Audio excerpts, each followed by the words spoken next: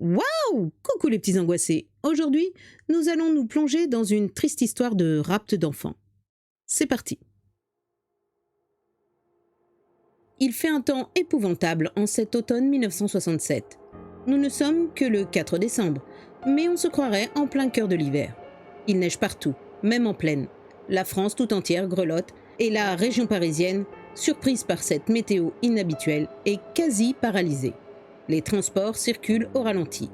Les automobilistes froissent de la tôle. Les piétons emmitouflés avancent prudemment sur le sol encore glacé. Il est 12h45 et la mère d'Emmanuel Maillard, 7 ans, attend toujours que son fils rentre de son école, le collège Saint-Jean de Béthune, dans les quartiers nord de Versailles. Ce n'est pas normal. Emmanuel est très ponctuel et il est toujours à la maison vers midi. Accompagnée de son fils aîné, Madame Maillard prend donc le chemin de l'école. Elle est très inquiète, mais elle ne pense qu'à un accident. Avec le verglas, il aura fait une chute, à moins que ce ne soit plus grave encore, qu'une voiture, ayant perdu le contrôle, l'ait fauché sur le trottoir. À l'école, elle est aussitôt reçue par le directeur qui lui confirme que le petit Emmanuel a quitté l'établissement à l'heure, comme tous les autres élèves. Lui aussi pense à un accident dû aux intempéries. Ensemble, ils refont le trajet du retour, interrogeant les commerçants. Mais non, personne n'a été témoin d'un quelconque accident survenu à un enfant. Qu'est-ce que cela veut dire ? De quoi qu'il s'agisse, c'est terriblement inquiétant. Rentrée chez elle, Madame Maillard prévient la police, puis elle appelle son mari pour qu'il vienne la rejoindre. C'est à ce moment, alors que les policiers ne sont pas encore arrivés, que le fils aîné, qui était sorti dans le jardin pour guetter son frère, revient en criant « Maman, maman, j'ai trouvé ça dans la boîte à lettres !» Cela, c'est une enveloppe non timbrée, rédigée avec des caractères découpés dans le journal. Madame Maillard ouvre en tremblant. Le texte, écrit sans faute d'orthographe, est adressé au père. Il l'informe que son petit bonhomme a été enlevé et réclame 20 000 francs en billets de 100 francs à déposer dans les 5 jours à 4h30 du matin au pied de la statue du général Hoche, place Hoche à Versailles. La police arrive sur les entrefaites.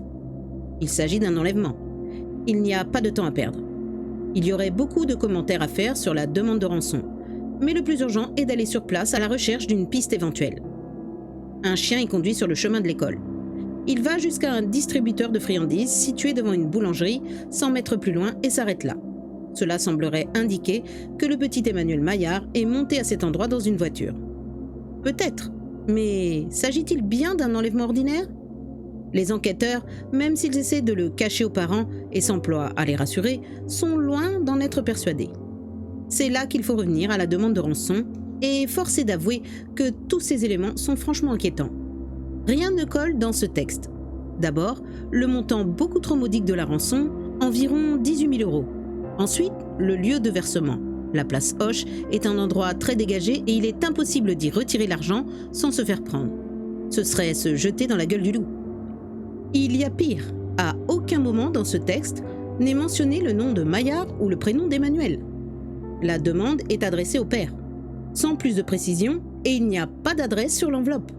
Il y a tout lieu de croire que l'enfant a été enlevé au hasard, que la lettre avait été écrite avant et que le ravisseur n'a connu le nom et le domicile d'Emmanuel Maillard qu'en lui demandant. Tout cela ne ressemble pas à un enlèvement crapuleux monté par des professionnels, mais au geste d'un déséquilibré, d'un sadique, et c'est évidemment bien plus angoissant. À moins que la réalité ne soit encore plus différente. Les Maillard ne sont pas des gens assez riches pour payer une importante rançon. Mais M. Maillard n'est pas n'importe qui. Il est administrateur civil au ministère des Armées. C'est un poste, comme on dit, sensible. Il est certainement au courant de beaucoup de choses. C'est en tout cas ce que se disent les journaux. Or, en cette année 1967, l'espionnage fait rage entre l'Est et l'Ouest. C'est la guerre froide. Les films de James Bond sont en pleine actualité. Et si les demandes fantaisistes de la lettre en cachaient d'autres ? Et si ce n'était pas son argent qu'on attendait de M. Maillard, mais ses secrets ? L'affaire pourrait bien être une affaire politique, voire une affaire d'État. En tout cas, dans leur belle maison de Lorée-du-Bois de Fausse-Repose, les Maillard vivent dans l'angoisse.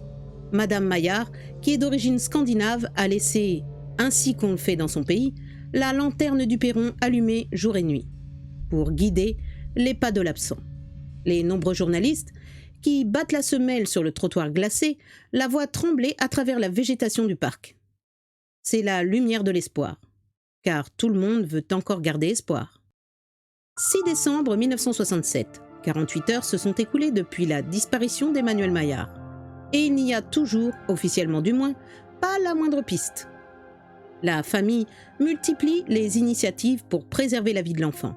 Les Maillard publient un communiqué demandant aux ravisseurs de se mettre en contact avec n'importe quel prêtre qui sera lui-même en contact avec le père Alexandre, un capucin de leur ami, dont il donne le numéro de téléphone.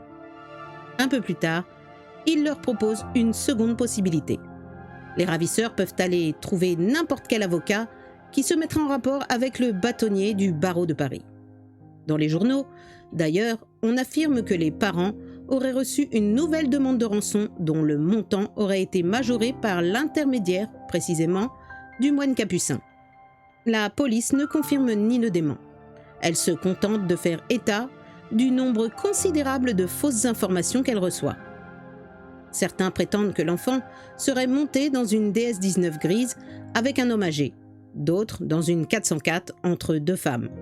Les détraqués de tout genre qui s'accusent de l'enlèvement ne se comptent plus. Pour le reste, sur les véritables renseignements dont ils disposent et sur les pistes qu'ils suivent, les enquêteurs observent une discrétion étonnante. Et cette attitude encourage évidemment toutes les rumeurs concernant une éventuelle affaire d'espionnage. Car on parle beaucoup de l'enlèvement du petit Emmanuel Maillard, aussi bien dans la presse écrite que parlée et audiovisuelle. L'émotion suscitée dans la France entière par l'affaire est énorme et le mutisme de la police très mal perçu. Est-ce de l'immobilisme? De l'incompétence? Ou alors y a-t-il des ordres venus d'en haut? Que se passe-t-il? On veut savoir. Le 7 décembre 1967, 23h45. C'est sans doute pour répondre à ces questions et pour montrer que l'affaire est bien policière et non politique que le ministre de l'Intérieur, Christian Fouché, prend une initiative tout à fait exceptionnelle. Il s'adresse directement et publiquement aux ravisseurs et, qui plus est, pour lui proposer un marché. Il choisit pour cela le journal de la nuit de la chaîne, alors unique, de télévision. Le ton solennel et dramatique qu'il emploie montre bien les dimensions qu'a prises l'affaire dans l'opinion. Ministre de l'Intérieur responsable de l'ordre public, mon rôle consisterait à vous faire prendre et à vous livrer à la justice. Mais la vie d'un enfant est une valeur suprême. Alors je vous dis ceci, je vous donne jusqu'à vendredi 8 décembre à minuit pour rendre l'enfant sain et sauf. Jusque-là, je donne ordre à la police de ne pas vous chercher. Réfléchissez, vous êtes un homme traqué.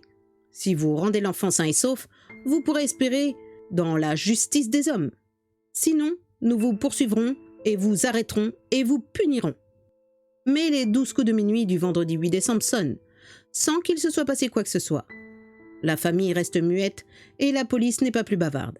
Il y a maintenant des dizaines de journalistes stationnant en permanence devant le domicile des Maillard. Des photographes, des voitures radio, des cars de télévision. L'angoisse grandit d'heure en heure. L'angoisse et aussi la colère, car le public est sûr qu'on lui cache quelque chose. Il ne se trompe pas, mais ce n'est pas ce qu'il imagine. Contrairement à ce que tout le monde supposait, la police a fait preuve d'une grande compétence, de beaucoup de sang-froid et de discernement. Dès les premières heures, elle avait pratiquement deviné la vérité. Et si elle n'a pas fait part de ses soupçons, c'est qu'ils étaient trop monstrueux pour qu'elle les dévoile sans avoir une totale certitude. Le dimanche 10 décembre au matin, les journalistes présents devant la villa des Maillard ont une vision dramatique. Là-bas, sur le perron, la petite lumière allumée nuit et jour par la mère d'Emmanuel, selon la coutume scandinave, la lueur de l'espoir s'éteint. Est-ce simplement une ampoule qui est grillée? Ils veulent tous y croire. Mais dans les instants qui suivent, ils comprennent que c'est fini. Le commissaire divisionnaire, Camard, qui a dirigé l'enquête, vient pour la première fois vers eux et leur dit « Emmanuel Maillard est mort. Le coupable a avoué et il est sous les verrous. » En même temps, les CRS prennent position dans le quartier pour éviter tout mouvement de foule. Les journalistes interviennent en direct sur leur antenne et, chose exceptionnelle s'agissant de professionnels qui ont été confrontés à toutes sortes de drames, ils ne peuvent pas cacher leur douleur. Tandis qu'ils s'expriment, ce n'est pas seulement à cause de la mort de la petite victime, cela, même si c'est affreux, on pouvait s'y attendre. Non, c'est à cause de la personnalité du meurtrier. Celui qui a enlevé et tué Emmanuel Maillard s'appelle François et il est âgé de 14 ans. Ce n'est pas un loupard échappé d'une banlieue à problème des environs. Il habite le même quartier résidentiel, à 500 mètres des Maillards. Il a été interrogé toute la nuit devant sa mère effondrée et il vient d'avouer. Le corps a été retrouvé, après ses indications, sous un lit de feuilles mortes dans le bois de Fausse-Repose. Dès le début de l'enquête, les policiers qui s'étaient bien gardés de le révéler étaient certains que le ravisseur était un adolescent. Outre la modicité de la rançon, qui faisait penser à un gamin de cet âge, les caractères d'imprimerie ayant servi pour les lettres étaient extraits d'un journal de bande dessinée. De là, tout s'enchaînait. Il suffisait d'interroger autour du collège. Et les camarades de classe d'Emmanuel Maillard ont fourni immédiatement les éléments décisifs. Ils avaient vu un garçon, un peu plus âgé qu'eux, rôdant à la sortie de la classe avec une sorte de poussette. Comme il faisait très froid, ils ne se sont pas attardés. Aucun d'eux ne connaissait l'adolescent, il n'appartenait pas au collège. Mais les indications étaient suffisamment précises et les moyens dont disposait la police étaient tels que le suspect a été presque immédiatement appréhendé. Seulement, François, malgré ses 14 ans, a su faire preuve d'un incroyable aplomb, niant tout avec assurance, et les policiers l'ont relâché. Peut-être y avait-il, de leur part, une sorte de soulagement. Une telle chose n'était pas croyable. Il fallait chercher ailleurs, ne serait-ce que momentanément. Pourtant, il n'y avait pas d'autre piste. Celle en particulier d'espions internationaux voulant extorquer des renseignements à M. Maillard n'a pas été prise en considération un seul instant par les enquêteurs. Au contraire, tous les témoignages ramenaient à François, qui a été arrêté une seconde fois. Et ce coup-ci, on a fouillé entièrement le pavillon qu'il habitait et on a trouvé, dans une cabane au fond du jardin, le journal pour enfants dans lequel il avait été découpé la lettre de rançon. Malgré cet indice accablant, l'adolescent s'est défendu pied à pied, comme un délinquant chevronné. Enfin, dans la soirée du samedi 11 décembre, il a fini par avouer et indiquer l'endroit où il avait enterré le corps du malheureux Emmanuel. Voici ses aveux, tels qu'il les a passés devant le commissaire divisionnaire Camard. Tout était prémédité dans son esprit. Il voulait enlever un enfant pour le tuer. Il a rôdé le 4 décembre à la sortie de l'école Saint-Jean de Béthune, avec un curieux engin fait d'une caisse ficelée avec une vieille poussette. À midi, il a abordé Emmanuel. Il lui a dit « Tu montes ? On va jouer !» Le bambin a accepté sans méfiance. Une fois qu'il a été dans son véhicule, loin de se dissimuler, François a crié dans les rues de Versailles, convoyant son petit passager « Chiffon, ferraille à vendre !» Les rares témoins, car rappelons-le, à cause du temps détestable, les gens ne s'attardaient pas, ont cru à un jeu. François a parcouru ainsi les 1500 mètres qui le séparaient de son domicile. Il a enfermé son petit otage dans sa cave et, après lui avoir demandé son nom et son adresse, a été déposé chez lui la lettre de demande de rançon qu'il avait préparée. Un quart d'heure seulement s'était écoulé depuis l'enlèvement. Après, il est revenu chez lui et a tué froidement Emmanuel Maillard à coups de gourdin. Puis il a été enterré son corps dans le bois de Fausse-Repose. Non sans avoir pris ses chaussures et ses bretelles en prévision de négociation. Voilà, c'est tout, ou plutôt ce n'est pas tout, car dans les jours qui suivent, le comportement de François a été proprement stupéfiant. Ainsi qu'il a été dit, il a été interrogé comme suspect dès le début de l'enquête, mais a manifesté tant d'assurance qu'on l'a laissé aller. Et bien loin de se tenir tranquille, il s'est lancé alors dans un jeu pervers avec une audace confondante.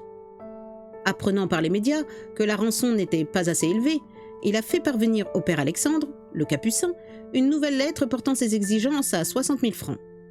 Il y joignait les chaussures et les bretelles de sa victime et réclamait que l'argent soit placé devant la chapelle de Glatigny, proche du domicile des Maillards. Cette manifestation, de sa part, a entretenu un instant l'espoir de la famille Maillard, mais la conviction de la police était faite et c'est alors qu'il a été arrêté pour la seconde et dernière fois. L'arrestation du jeune François pose deux questions. La première est purement matérielle. Comment a-t-il pu emmener sa victime chez lui, l'enfermer dans la cave, l'assassiner et jouer à cache-cache avec la police une semaine entière sans que personne ne s'en rende compte chez lui? Est-ce qu'à 14 ans, il vit seul? Non, mais presque. Ses parents ont divorcé et il habite avec sa mère à un grand pavillon. Seulement, cette dernière, visiteuse médicale, s'absente souvent durant plusieurs jours d'affilée pour les besoins de son travail. Pendant ces moments-là, il est seul avec ses grands-parents, sourds et malvoyants. La seconde question, beaucoup plus délicate, est celle de ses motivations. Et il est d'autant plus difficile d'y répondre que, pour préserver ses possibilités de réinsertion future, la justice n'a livré ces informations qu'au compte-gouttes. Tout ce qu'on sait, c'est qu'au moment de son arrestation, il a 14 ans, mais qu'il en paraît 18. et qu'il est d'une maturité stupéfiante. Il est très fermé, paraissant insensible, réfugié le plus souvent dans la lecture. C'est un garçon fantasque, connu dans le quartier pour son caractère étrange et ses sautes d'humeur. Rien ne semble avoir expliqué son geste. Il appartient à un milieu très aisé. Bien sûr, ses parents ont divorcé, mais ce n'est pas un événement aussi courant qui peut servir d'explication. Alors, son état mental ? Il y a sans doute quelque chose à chercher de ce côté. Selon lui, son crime aurait eu un but suicidaire. Il aurait expliqué au juge qu'il venait de voir à la télévision une émission de la série « En votre âme et conscience » relatant une affaire criminelle. Et il avait acquis la certitude qu'en tuant un enfant, il ne pouvait échapper lui-même à la mort. « À mon âge, aurait-il dit, je ne pouvais m'attaquer à un adulte. J'ai donc choisi un enfant. Je l'ai tué, je savais que ma lettre de rançon rendrait mon acte encore plus odieux. » Et il est exact qu'en prison, il a tenté plusieurs fois par la suite de se suicider. Mais son cas devait être particulièrement difficile à trancher, car l'instruction n'a pas duré moins de 3 ans. Âgé de moins de 16 ans, au moment des faits, François n'était passible que du tribunal pour enfants et non de la cour d'assises pour mineurs, et la peine maximale qu'il encourait était de 20 ans. Il a été reconnu sain d'esprit, puisqu'il a été condamné le 26 juin 1970 à 15 ans de détention. Aujourd'hui, s'il vit encore, il a 68 ans, et il est sorti de prison depuis longtemps. On ne peut rien dire d'autre à son sujet, et c'est bien ainsi.